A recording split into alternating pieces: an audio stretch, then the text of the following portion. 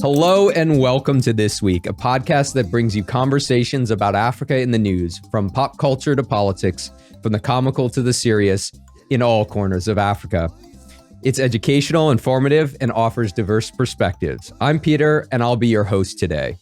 Of course, make sure to subscribe to Leaders of Africa's This Week in your favorite podcast app and on YouTube.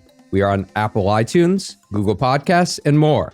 This Week is recorded live bi-weekly on Saturdays at 1 p.m. UTC. If you'd like to be part of the conversation in real time, find us on YouTube and engage with us in the comments section. And also hit that subscribe button to engage with us and to get all of our content and new alerts on new videos. Remember to connect with us on Discord and tell us what is on your mind.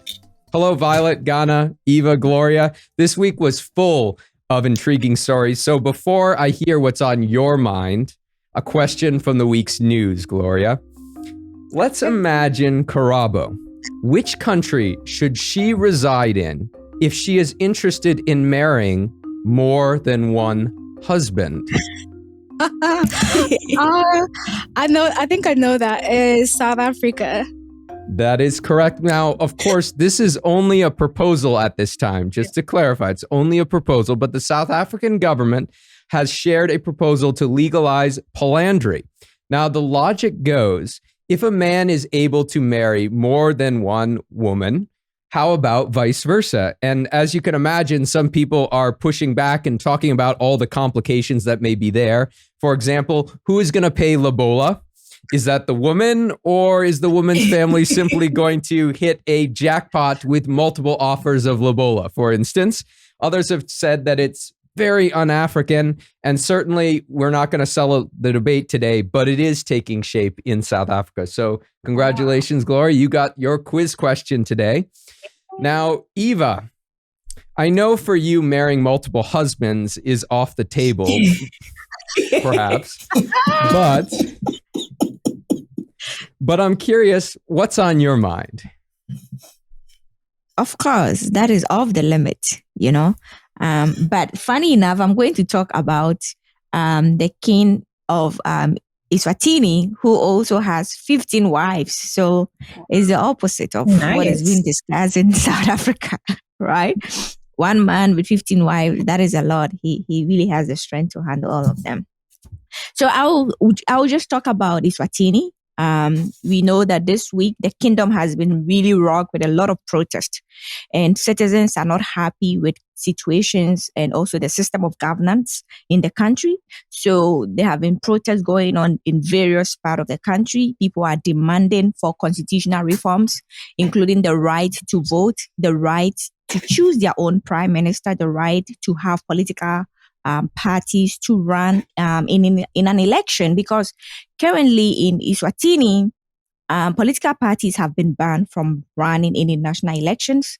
So the king has the absolute power to elect the prime minister, whoever he wants. He has the power to select his own cabinet, and he also has the power to dissolve parliament whenever he wants to. So like the economic resources of the country is in the hands of the king to make all the decisions for the people and also for the kingdom. And people are not really happy because you have a country of 1.14 million people, and majority of them live under the poverty line. And we know that a king has 15 families, has 15 wives, 15 wives. And because of that, they live lavishly, like luxurious cars, extensive big parties and things like that, by the children posting some of this on social media. And people in the country are really, really suffering. So most of the people are like, no, this has to end. We need constitutional change. We need new system of governance. We have to vote. We also have to have a say in what goes on in this country. So as a result, most of the people, especially the young people, they do not want to take this anymore. So they hit the street, protesting big time, protesting a lot. And of course, in the course of the protesting, they were looting, they were burning of businesses, properties, and they were actually targeting businesses that belong to the royal family, the king and his extended family members. So most of them have been banned. The government also responded aggressively by targeting them. There were live ammunition that were thrown or shot at some of the protesters. So some of them have actually lost their lives. There have been a number of injuries. But the people are saying that we are not going to back down until something has been done. In the midst of this, the government has imposed a curfew where all businesses has to close by 3 p.m. and all residents have to leave the street between 6 a.m. They have to leave the street by 5 p.m.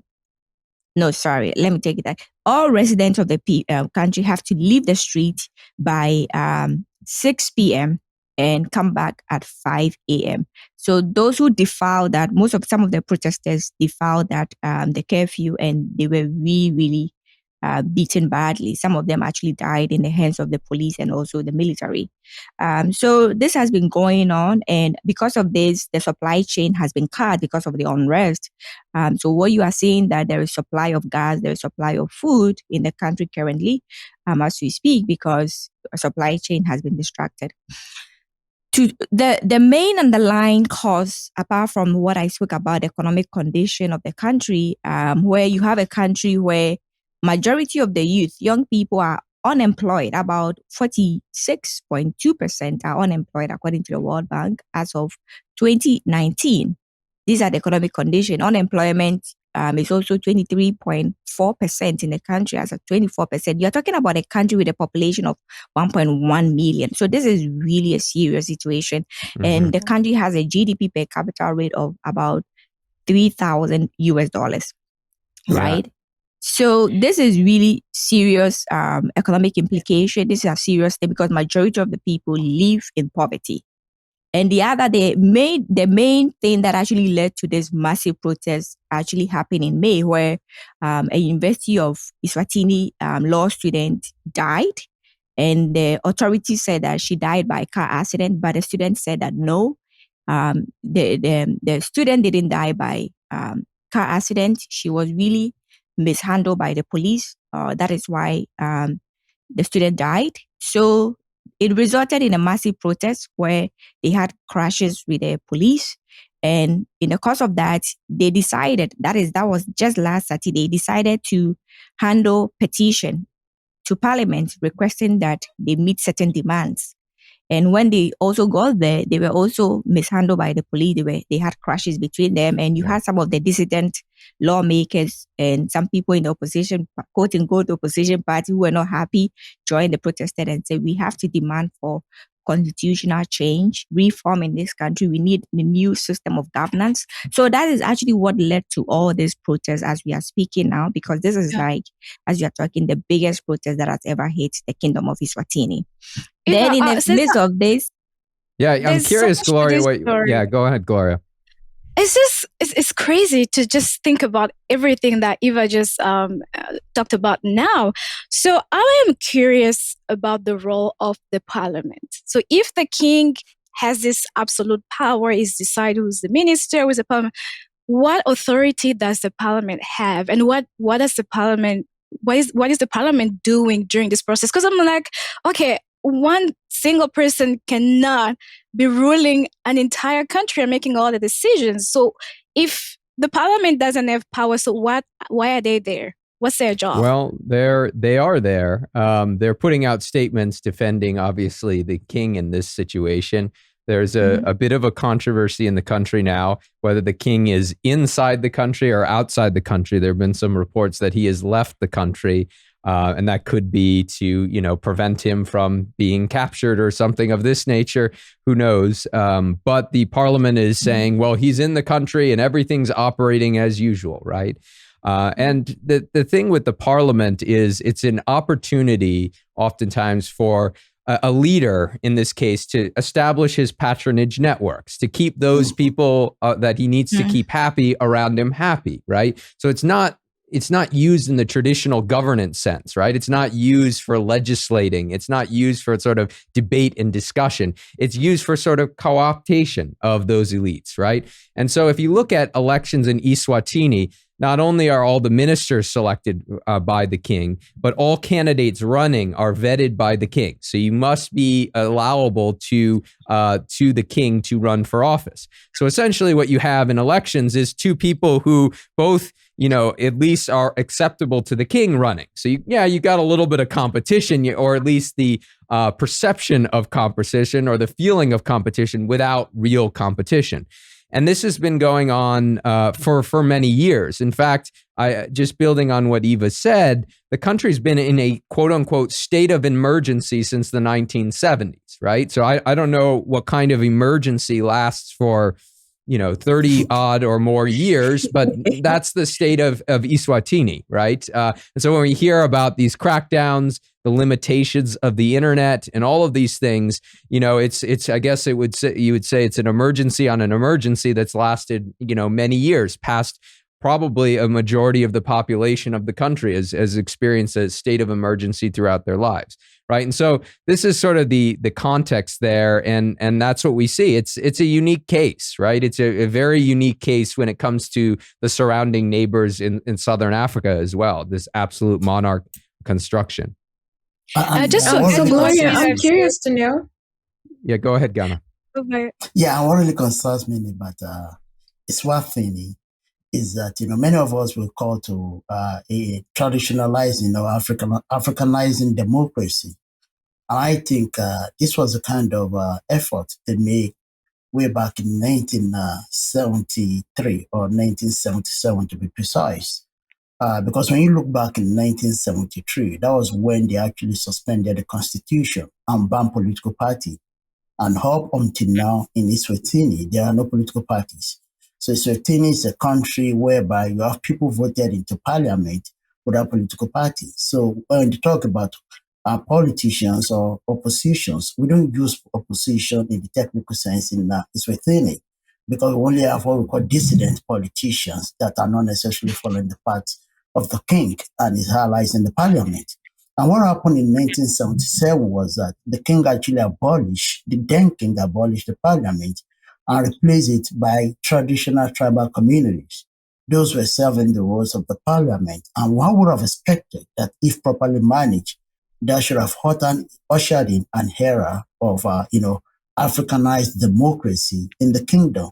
But that wasn't going to be the case, because it eventually became an appendage of the monarchical power of the king, allowing the king to control the arms of government as he so deemed fit. And as a result, nobody is holding the king accountable. What it does is that he put in place people that does his whims and caprices, and that's been the root of the crisis. And the question to me is this: where do we go from here? Yeah, Violet, you're asking something. I was. That's a very interesting question that Ghana asks. But listening to what Eva was saying and knowing that I think in 2019 there was a strike by public servants, and the grievance was that the king was draining public coffers because he wanted to maintain his lifestyle. And of course, the king has always been accused of living a very lavish lifestyle compared to his citizens. And the fact that right now we have rural areas that have particularly been known for supporting the king, coming up to say, no, we can't do this anymore. And then having the protests also driven by the youth. Clearly, this is driven by embedded inequality. But I'm just thinking to myself, if we have the rural areas that have been traditionally renowned for supporting the king coming up to speak out against his practices, could this be a harbinger of change? Like Peter mentioned previously, that the country has been in a state of emergency for about 30 years. But then if we have pockets of the country that have been traditionally known for supporting the king coming up to say we are tired, could this be a turning point for the country? And then when we look at it from the point of view of the youths driving the protests, could this be some sort of generational divide whereby, okay, we have Generation Z that is saying, no, we can't continue with this kind of monarchical rule. We want something different because they are exposed to, something different compared to the older generation. So what does the team think?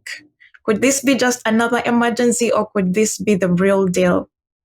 That we're You know saying? what? That's a good question, Violet. Because, like Peter said, we were talking earlier about the parliament. What's their job? What are they doing? But again, these are people who are there to do basically image management for the king. They are just there to support the king, to give an illusion of some sort of decentralized power, that we have other sectors of the government making decisions for the country, but this is a system that's been in place for decades. For something like that to shift and change, definitely that change has to also happen from within the system. So that's why people who are currently in positions of power, like people in the parliament and the minister and places like that, I believe they have much more influence to shift this country towards something different. Because clearly the monarchy and everything going on there is not working for the majority of people in the country.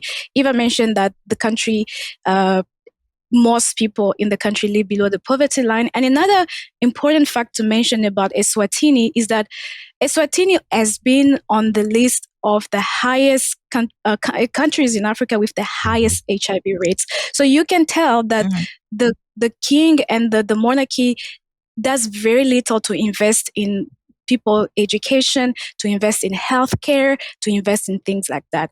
And so something has to change. But the question is, people who actually have the power, are they willing to see things changing? Yeah, absolutely. And this comes to the question of elite capture and what we can learn from the Zimbabwe experience.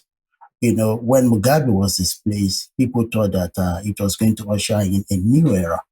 And what we've seen in the case of Zimbabwe is not any different from the Mugabe era. And some people are beginning to say that it's even worse than what it was during the time of Mugabe. And we can look back with the benefit of hindsight in Libya to also see how the displacement of Gaddafi actually placed the country on the path of, destruction and massive crisis. And there's an insurgency that is actually taking place if I'm not mistaken, I think it's in southern Mozambique, in some part of Mozambique, that is likely to affect what is happening, exacerbate the emerging situation in Eswatini. So we need to put a lot of things into account, how those things can interact to actually drive the situation into a full-blown crisis. And if that happens in Eswatini, who are the actors that will come in and take over the country, and what direction are these actors going to take the country? Because when we talk about power struggle, call for change within the system, it's one thing for people to call for change. It's another thing for those that are really prepared to take over the process. And it also happened in Egypt. When those guys went to the Freedom Square and they started shouting, one change of government, this and this, there was a democracy that was also later truncated by the military. And the military folks, they came back and they took over the control of the country through a CC. And it's the same situation that was during the era of Mubarak. But the only thing that has changed in Egypt is the name of the leadership. And they seem to be operating a democracy that is more or less authoritarian in all forms. So you can see that it's a big issue. And that is why, to me, we need to have a good understanding of who these major actors are and how well prepared are they when it comes to the issue of, going through a democratic process, electing a leader. Because it's one thing to go through a democracy. It's another thing for you to actually get the vote. And it's in Eswatini. People might be voting along tribal lines, they might be voting not necessarily along meritocracy line. And that is why what is ahead is the big issue that is difficult to unbundle. It's not something that is linear, that is 1 + 1 = 2. We had a similar experience in Nigeria. The advocates, those that actually fought for democracy in Nigeria, when we fought the military and it was for democracy, democracy is very expensive. I've always called it a plutocracy. It's very, very expensive. Those activists never had sufficient money to campaign and they didn't get into power. So more or less, those guys who work with the military and who had that financial capability to capitalize the electioneering campaign process got into power. And the same whole shenanigan continue under a democracy. So I'm really worried what this actually means for the future of Eswatini. If it's really going to usher in an era that is a radical breakthrough from what we know currently. And Eswatini may also look in the direction of Malaysia. Malaysia combines a democracy with monarchical system. And what they do is that there's a democratic process that plays out. People get to elect their leaders and vote gets to count as well. Of course, there are cases of electoral malpractices here and there, just like we have in the United States and elsewhere. But the thing is that the final authority on all state affairs in Malaysia is the king itself. So they've been able to combine both. So what I would push for in Eswatini is a future that looks very similar to Malaysia. Because if we want a radical departure from the monarchical system, we might be plugging the country into a full-blown crisis. And I'm not a believer in monolithic democracy. I believe democratic favor that should work in a particular country should take into cognizance existing cultural and traditional institutional outlook in that particular environment.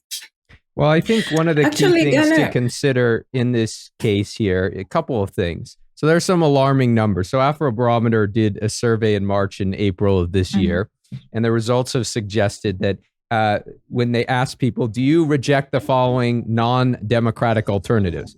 83% reject being ruled by a king, right? A vast majority reject being ruled by a king. So I think coming back to Ghana's point, the time is now for the king to act. Right? There's a point where you're able to act and change sort of the lay of the land after your sort of absolutist rule. And if you let that pass, monarchies get swept aside, right? So if you look at the monarchies of in Europe, for example, those that have survived have done some of the things that you mentioned in Malaysia. They've stepped back from sort of political life in many respects, right? They play that ceremonial role.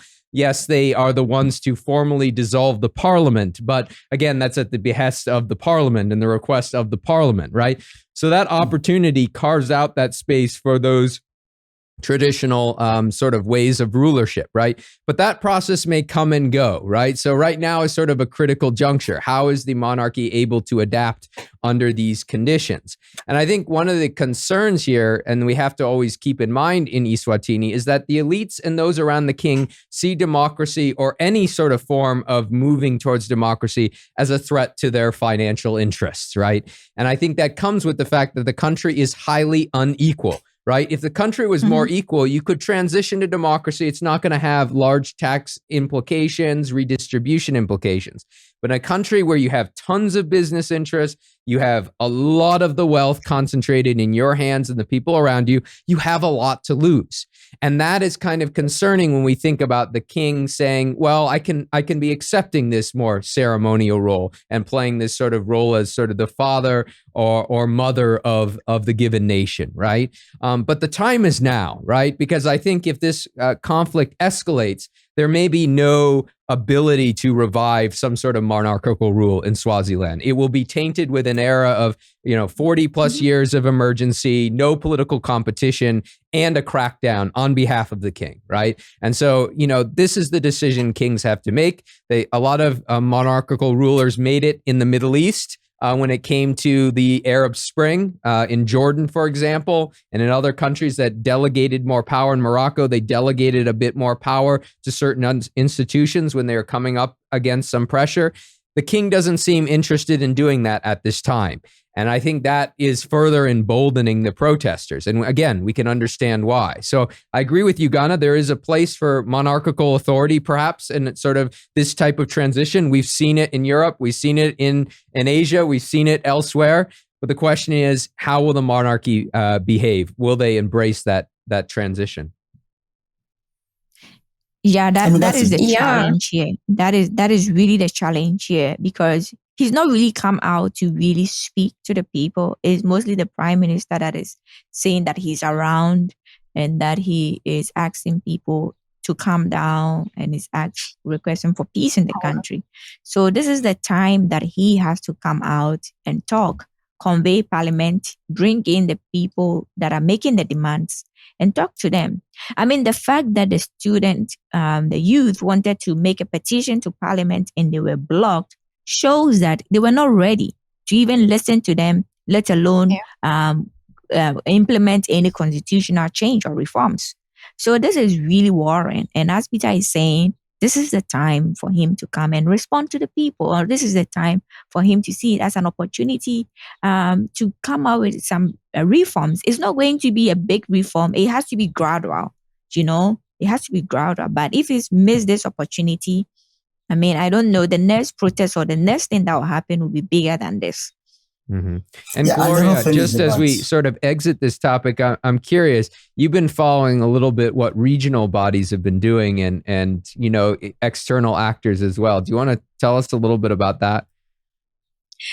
I just looked at it briefly, but I have not seen significant intervention in Eswatini by regional bodies. They've been silent. I'm wondering why. SADC is right there. I mean, Eswatini is a part of SADC, and I don't know, maybe I guess when we talk about countries like that, and especially constitutional change, we have to recognize sovereignty of the country concerned. I suppose they are giving the king the chance. You mentioned something important. The king has to come out and speak. So I guess they're giving him a chance to act. And if things still don't change, they probably will intervene. Okay, great. All right. So a lot of events going on in Eswatini. And I'll say it's a little bit hard these days getting information in and out. I know we have scholars at the Institute from Eswatini, and they have internet during select times during the days during this period right now. But we hope for the best in Eswatini, and we hope for a diminution of violence, but also we hope for an actual acknowledgement of the concerns of those protesters and young people in the country, right? And so that needs to also importantly be acknowledged in this situation. So, Violet, turning to you, I'm curious what is on your mind. Perhaps not in the political realm, but perhaps we're going somewhere else? Yes, Peter, that is absolutely true. But what's on my mind right now is how to get a South African visa and hopefully citizenship so I can marry multiple men. But anyway. Not yet, though. What is on my yet. It's coming up, maybe. Okay. I'll keep my fingers crossed. But what's on my mind today is Gloria's namesake. So a Ugandan named Gloria Tumushabe, and she is a Mastercard Foundation scholar in the Department of Electrical Engineering and Computer Sciences at the University of California, Berkeley. So she is doing some phenomenal work during the pandemic. And, her story has really highlighted how adversity sometimes pushes us, into innovation. And so so right now what she's doing is teaching young girls in Uganda how to code. And her inspiration, so basically coding is, computer language and how we communicate with computers. Sometimes we do call it computer programming. But her inspiration was sparked when she went to Uganda for her internship, which she did in Kampala, that is Uganda's capital. But when she was there, she did realize that the coding field was dominated by men. And she also realized that during the evenings, they went to teach themselves how to code in internet cafes. And then they would come together to discuss their progress and support each other. However, girls weren't able to do this because, as many of us know, it is looked down upon for young girls to be leaving the confines of home in the evenings and stay out late at night. And so definitely because of the social cultural setup and also safety concerns, it is mostly boys who do that. And so during the pandemic, she decided that, okay, because schools are set up in such a way that right now, at least for Uganda, we do have very little infrastructure that allows for online teaching and learning. So when the pandemic became really, really bad, most schools halted in-person classes. Actually, all schools did halt in-person classes. And because there was no infrastructure in place to enable this online learning, she decided to take advantage of this time to teach young girls how to code. And so her target audience has been high school graduates, but then who haven't yet joined college. And so she did set out to recruit girls while she was sheltering in place in California, where she is at the moment. And she did use social media and her contacts back home, including her former employees, colleagues, and friends. And originally, she did recruit 40 girls. However, she only ended up with 13 in the end because the 40 girls, the girls did not have access to laptops. And so only 13 did have access to laptops. Exactly. Yeah, that's a really big challenge. Absolutely. And I one of the things I was reading in this story, I also came across it, was that she was recruiting mentors from Silicon Valley. So it wasn't just her involved. Was that right?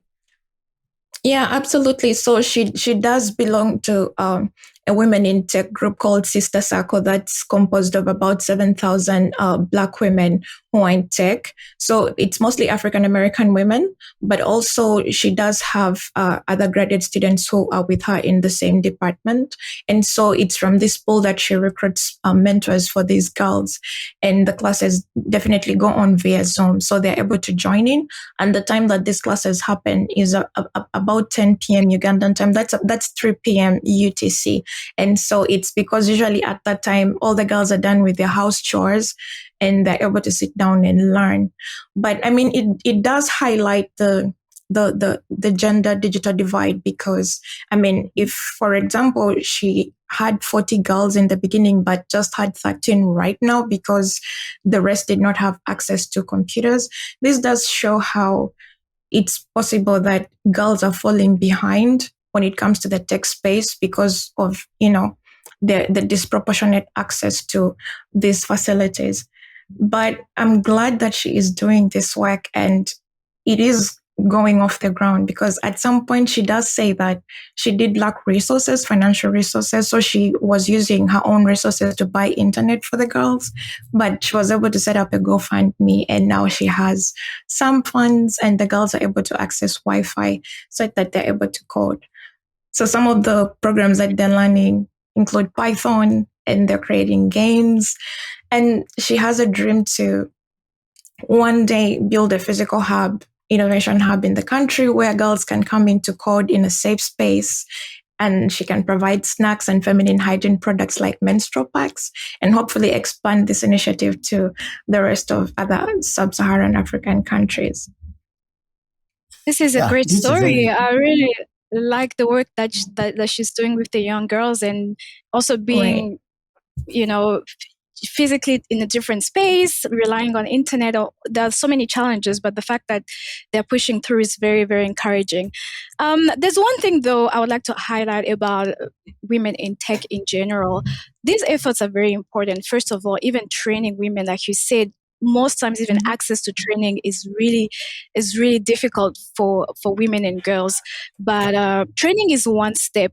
But what you find generally, you get women, when you go down the line, so many just drop out. There are so many things that hold girls back. So training is one thing, but to shift mindset when it comes to women into the tech fields, into the engineering fields, women need role models. That's the main issue. If in the family, in the society, you're not encouraged to pursue that route, it's so hard to sustain that training and sustain a career in tech. And so initiatives like that are great, and they should be coupled with just education in the society and in the families, telling people why this is important, how this is going to impact the community. And it's very important to bring that kind of awareness. Otherwise, a girl would train and then she leaves that training at home. Nobody encourages her, and you get discouraged at some point and drop out. And I think training needs to happen at various levels. And that is I completely agree with Gloria, because when you listen to Gloria speak, Tumushabe, she does say that her parents played a very big role in encouraging her to take this up, because she was told as a young girl that engineers were smart, and so she should take up this role. She was always told that engineers were smart, and so she should take up that field. And that's how she ended up there. And clearly, Gloria, you can see that parental control parental contribution played a very big role in that. And when you talk about women dropping out of the tech space, that is also very true, because there was a study that was done by Resetting Tech Culture, and it gathered information from about 2,000 tech workers and 500 senior human resources leaders in companies employing people in the technology space, and about 2,700 college graduates. And they did find that women were quitting their tech jobs by age 35. And that is really, really scary. And Gloria, when you think about it in terms of our sociocultural setup, I mean, a lot of pressures, like the pressure to get married, start a family, be a mom, and all those things eventually affect women's ability to deliver in these jobs. And so it becomes possible that by that time you have so many competing factors for your attention that eventually you're forced to sacrifice your career at the altar of all these other things. And, many times we think about the tech space as gender neutral, but it actually is not neutral. So if you think about the fact that women are likely to quit their tech jobs at about age 35, and the fact that there is a gender digital divide, it makes things even much more interesting. Because, for example, right now, according to the World Bank, South Asia leads the gender digital divide by 51%. And then when it comes down to us in sub-Saharan Africa, we follow suit with about 37%. So that's still a very, very wide gap. And because of this, you find that women eventually are prevented from accessing services like education and financial inclusion. And these are things that could significantly change their lives and offer them financial independence. And to me, one of the things we need to learn from all these experiences is that we need to learn to do empowerment too differently. And at the core of this effort is doing empowerment differently. But I think there is a need to socialize and humanize what we've learned, the process. Because what we've learned from doing all forms of gender empowerment in the past is that when you frame it as significantly oriented towards the female gender, in most cases in Africa and in other developing countries, it doesn't work. Because there are resistances, encumbrances that sees it differently. And what that has told us is that we need to do it in a way that by bringing in the male folk as well, or by incorporating the parents so that they see the broader benefit of this. And in that way, the supportive environment needed for this to take root and produce the desired result will be there. So I will focus more on retooling this in a way that is not just necessarily focused on the female gender, but also focuses on, we provide opportunity for male as well. However, 80% of those that will be participating in this program are male. That is one thing. And then the other thing is this. The factors that are driving, for example, 40 people were enrolled in this program, 14 people dropped. So the question I like to know as a social scientist, what is the socioeconomic demographics of those that continue with the program? What is the socioeconomic demographics of those that drop out of the program? Because the problem with technology is that technology is not a solution to the social demographic crisis of poverty, of this and this. If you have that, we have to solve that problem. If we don't solve that problem, more ladies will still be dropping out of the program. So it might goes back to the socioeconomic condition of those that drop out. And that requires that we address that concern, or we come up with interventions that can be used to support folks from struggling homes. But one of the things I've realized with technology is that it's more likely to widen the rich and poor divide in the society.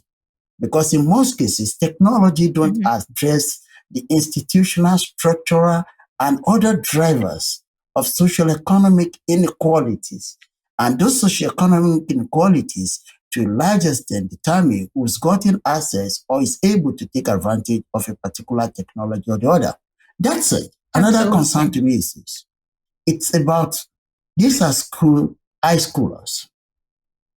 I'm more particular about how the program is going to be done in a way that it doesn't become a distraction. And I will give you a very good example. Back home in Nigeria, when I was in the university, I was aware of some effort that got started by some friends, targeted as folks in the high school, building their capability to code, to do all sort of things. Eventually, they dropped out of school because those guys, they started running after money. So I would like to see this program going in the direction, telling them that this is not an empowerment for you to get distracted from your education. Instead, an empowerment that makes you better committed to your education. And that is why there's a need to get, to incorporate the school and the school authorities and other stakeholders within the educational sector in the country in this project, so that they get to educate the kids and look for different ways that they can domesticate this effort. Because if you've trained 14 people, they understand the rules, they understand the process of coding, we can begin to domesticate that capability within Uganda.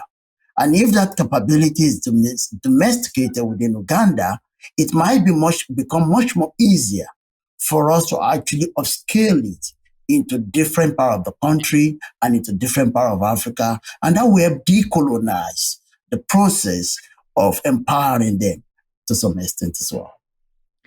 Yeah, coding. Yeah, it is certainly taking off right now in many settings. There's also an organization in Ghana called Developers in Vogue that does a similar thing, that targets women only in the context of doing coding work. And they're connected to Google and Microsoft and these folks to help move forward coding. One thing that's always on my mind as we leave this topic is, we're talking about, computer coding and coding, but I always wonder, coding for what purpose, right? And what, what are we adding to the economy, right? We obviously see great need for using information, of thinking about all the data that is being generated from a lot of different sources and making use of it in our development plan. So I think it's really clear and exciting how we can leverage that.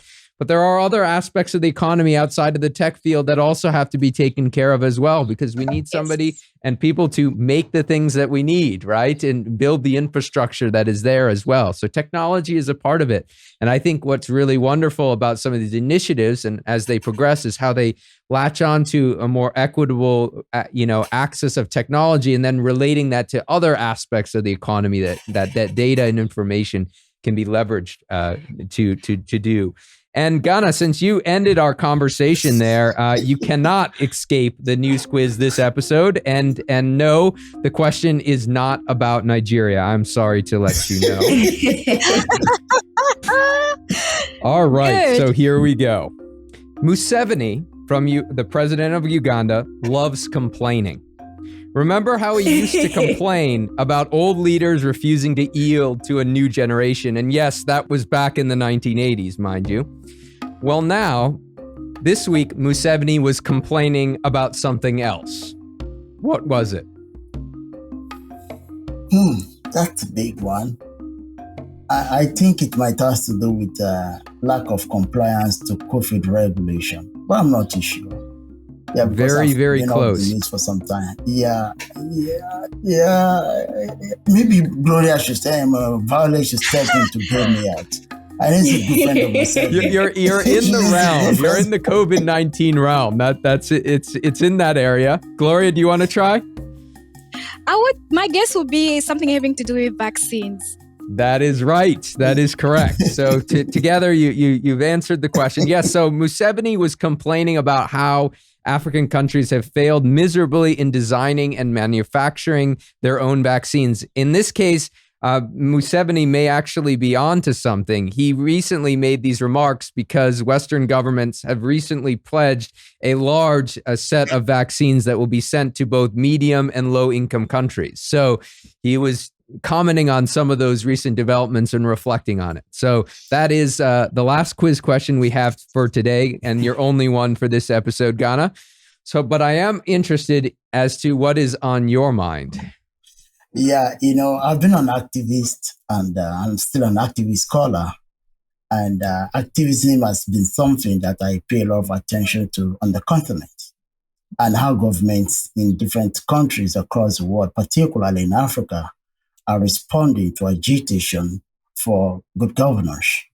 And that is what is on my mind today. And particularly, I've been monitoring the situation in Ghana. It's an unfolding situation.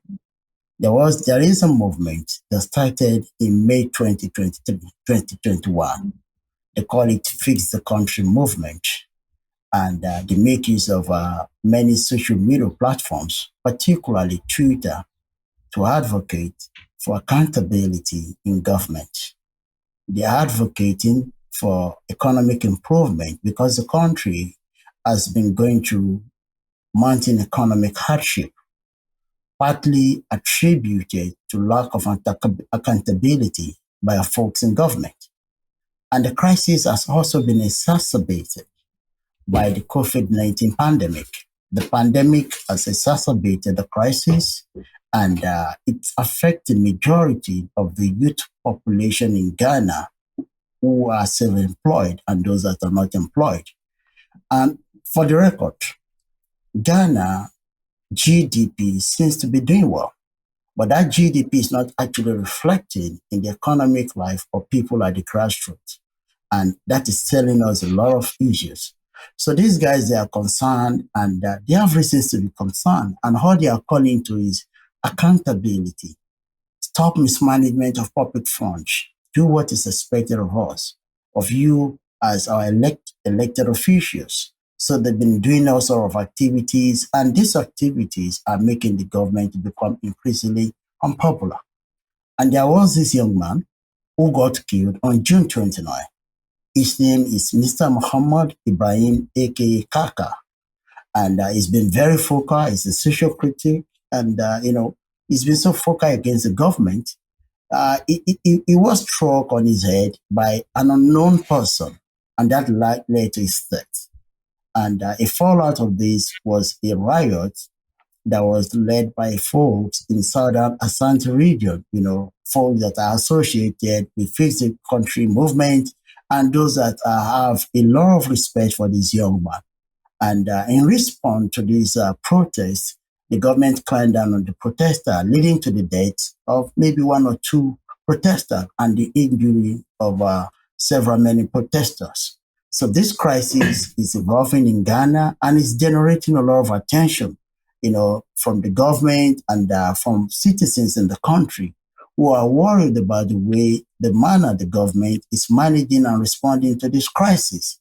And so it's something that is agitating my mind, particularly how the government is responding to this crisis and the implication of the economic model that majority of the African countries are pursuing for the economic wellness of the greater majority of the people, because we have similar issues going on in Nigeria and we have similar issues going on in different African countries. And that this is the issue that has been on my mind this week. Yeah, I'm particularly curious what Eva thinks. I know you've been quite vocal and been thinking about this as well. It's been on your mind, apparently. So, Eva, I'm curious your thoughts. Anyway, it's really disturbing the way the government is handling this situation. Fix the country. The demands of the citizens are things are not really working well. Fix it. You promised to fix it. So they are asking you fix it. When the government was coming into power, he said that we shouldn't be spectators. We should be citizens. We should speak out when something is not going right. You get it? So they are speaking out. They are telling you things are not working well. They are telling you that prices of things are going up. They're telling you taxes are going up. You said that when you come, you cut tax. Right now, every day you are taxing them, and taxes are going up, from fuel, taxes going up, from electricity to water and everything. So the demand is simple. Fix it. Because that was the promise. Because we brought this guy in because we believe that the former government was really corrupt. And they campaign on the basis of how the previous government was so incompetent that the economy was not working well. And there is this famous quote by the president. He said that we are in a country that is blessed with so many resources, but we are hungry. The citizens are not benefiting from the resources. And he came and we've seen that nothing has changed. And we are saying that just fix it. Could you believe that every year in Ghana, it rains and it floods and people die because of flood? And we see it and people are saying, fix it. What do you have to do? Invest in the better infrastructure, drainage system and things like that. We are not seeing that. So I don't think that these demands are too much. I think that the protesters, the people, the Fix Country movement people that want to come to you and bring petition, protest about some of the things, have the right to protest, right? But the government has blocked the protest over and over with the police. They took it to court. The court lifted the injunction. The police warned them that if they protest, they'll see what they will do to them. So there is this thing going on in Kasha called the culture of silence. People are quiet because they are afraid that when they speak, they'll be attacked. Some journalists, like a journalist was attacked or killed for speaking, for being involved in investigating journalists and exposing something. So we are entering into this culture of silence where people are afraid that when they become vocal, they will be attacked or people will go after them or their family members and things like that. And this is not supposed to be the case because our president is a human rights lawyer. So people are saying that we believe that you should be the one that should be really open to listening to what these people have to say instead of using all these tactics of preventing them from protests. And right now, look at what has happened in Nigeria, in the Ashanti region, which is really terrible. They were protesting, demanding for proper investigation into who killed these guys and why, and bring them to justice. Then the military went, then shot into the people and killing people just like that. This has never happened in Ghana. And we are seeing a lot of attacks. Not just the citizens, even police are being attacked. There is daylight robbery that is going on, that police are being killed. So it's fix the system, fix the country. You promise to do it. What is preventing you? If you feel like it's beyond you, sit down with the people, tell them this is the process, this is the problem that is going on, and this is how we are solving it. There needs to be proper dialogue. But we are not seeing it here, and people in this government are rather telling Ghanaians we should fix our attitude. And I just feel like that is not a good response. And fix your attitude, Ghanaians.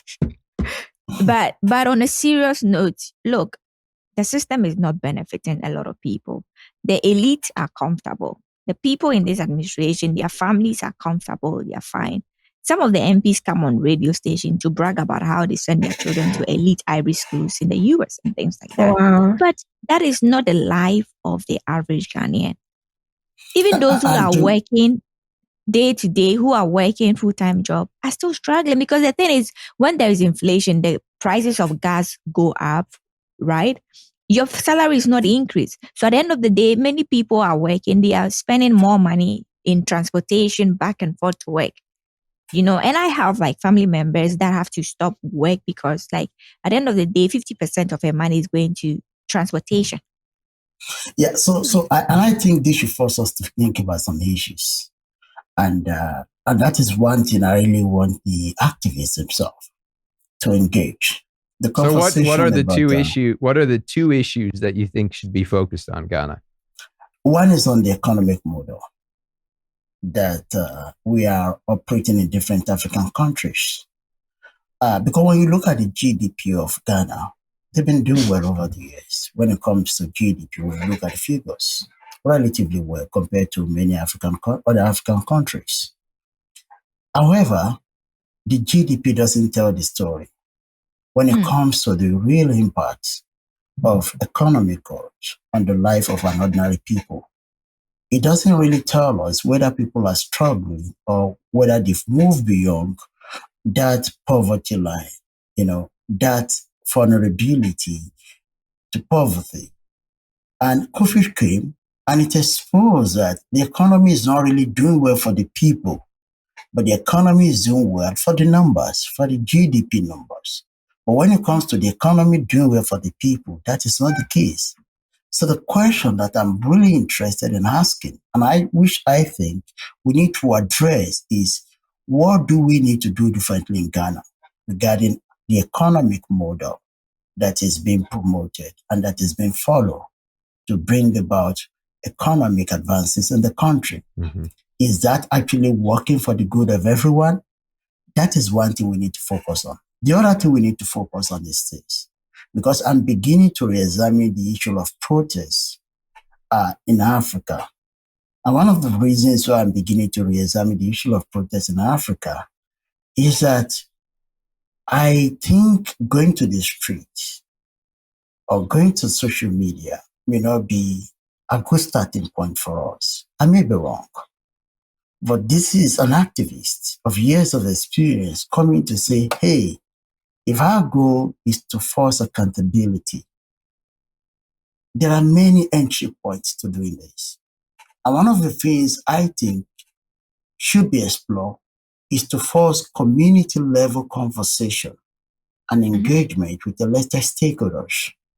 So in that way, we all create this environment that we are all here to help the country, not necessarily opposing a particular government. Of course, opposing a particular government is not a crime, but I'm just looking at that approach whereby we all sit down together and engage our elected representatives, those in different, managing different elected positions, have this very deep level conversation on what we can do or what they should be doing to make the economy work for every single person in the local area. But I think one of the things to think about there is that there's a big assumption that space is open, that are those entry points, right? Yeah. That ability to sit down and who's sitting down, those are the key questions here.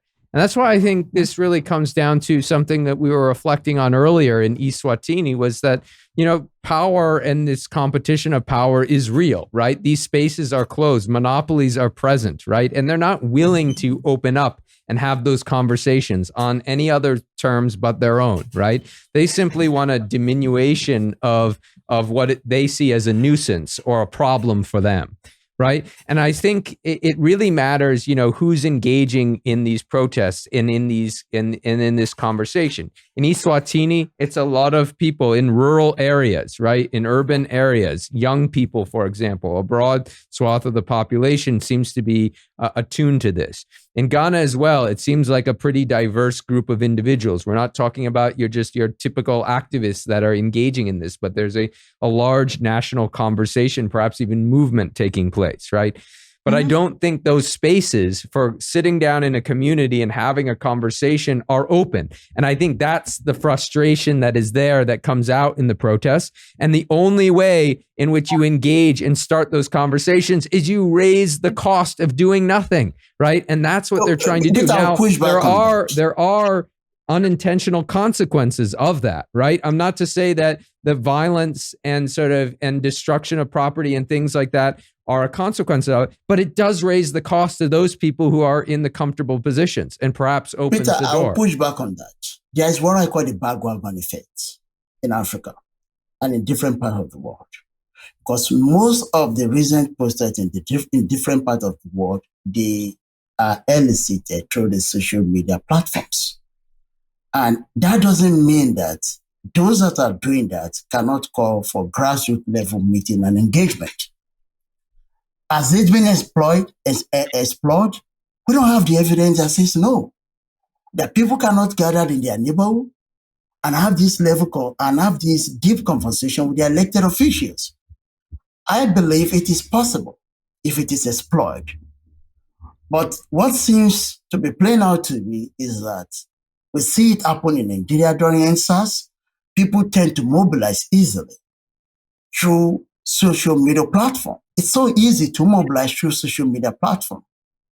But one thing that we may be losing with that is that it precludes us from exploring the opportunity of sitting down at the grassroots level, holding that conversation.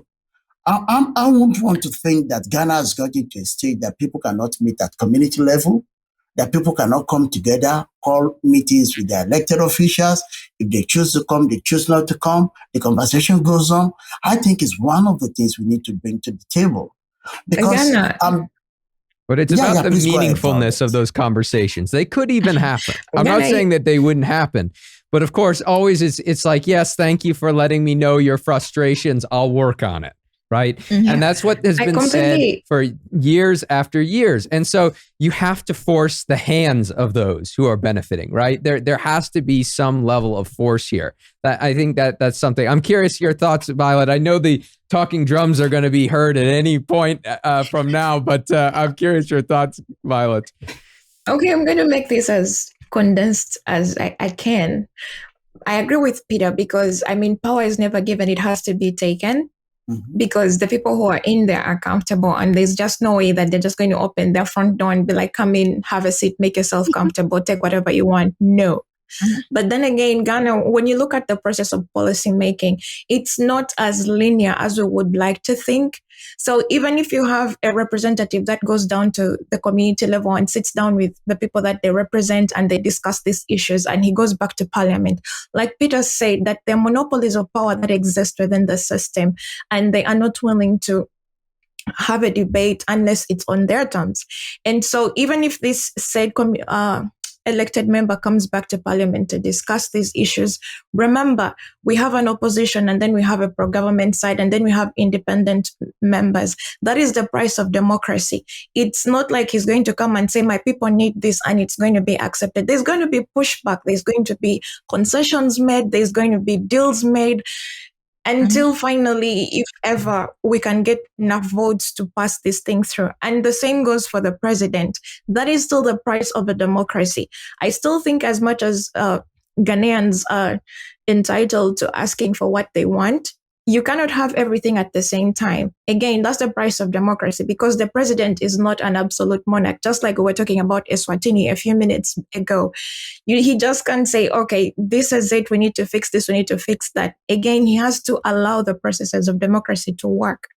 And again, these things are going to go through parliament. They're going to be debated. Again, those monopolies of power are going to be alive and well and, clamor for their different positions. So it's not as easy as we would like to think it is. So I just think we need to still think about, this in incremental terms. And that's really how policy making works. It's incremental. It's not really like an avalanche as we'd like to think it is. Oh, that was perfect. Violet, I can hear the talking drums. And before we go, some weeks there are things in the news that are just too amusing to pass by. So consider Ghana's Minister of Fisheries and Aquaculture, Mavis Hawa Kumson, who arrived in Keta, which is a coastal town, to take a giant wooden key, and you can see that on your screen, to lock the sea.